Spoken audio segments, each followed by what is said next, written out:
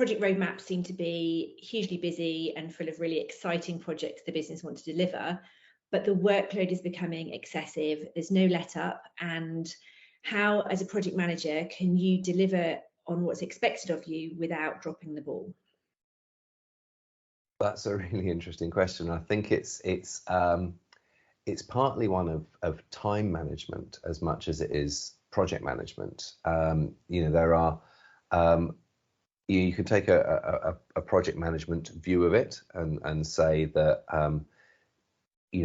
if the amount of work to be done is greater than the amount of time you're allowing for it, or it's out of balance with your resources, so the scope is bigger than your resources, not sufficient for the time, that time cost scope triangle is out of alignment again, and that includes the project manager's time. Don't forget that the project manager is a resource to the project. Yes. And if you had I don't know, if you're doing a development project and your lead developer was overloaded and didn't have the time, you treat that as a resource issue and you'd be raising it as a risk, you'd be flagging it, you'd be having conversations with their line manager to work out what you can do about that.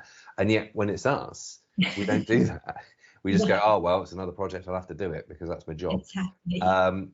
So I think it is right and appropriate that when you are the resource that's stretched thin, you're also flagging it, you're putting it in your risks, you're highlighting, there is more project work than days in the week. But I think also, when I think back about the times I have felt most stressed at work, almost invariably, it's a function of I've taken on too much. And that's what's then caused my ability to do my job to drop off, my ability to function as a human being in society. I get stressed, I get worried, and I start dropping balls left, right, and centre. And that's just a case of taking on too much. And I think we need to get better, not particularly PMs, lots of people do this, but I think there is something around the mindset of a PM, the delivery focus. You feel like you should be doing stuff and you feel like you should be managing and leading the whole time. And I think it's actually, we do need to get a little bit better at going, that is as many projects as I can manage right now. And I have to push back now and say, and then it becomes a sort of portfolio issue. Are we trying to deliver too much across the portfolio? Then we have resources available to deliver it. And again, those resources include the PMs. It's not just about the various people in your organisation, but actually, are we overloading our PMs and trying to ask that too many projects are delivered in the time available? Because there is a sort of, certainly in the corporate environment, I find that there is a minimum overhead. There is a certain amount of project management you need to do, irrespective of the size of the project, if you're going to do it properly. And you're probably looking at about a day a week minimum in the corporate environment. If you're going to do project management properly, then you need at least a day a week. Well, that automatically, no more than 5 projects, right? Yeah, exactly. And that's not leaving time for anything else that might happen. So probably 3 is a sensible amount for any one project manager to take on.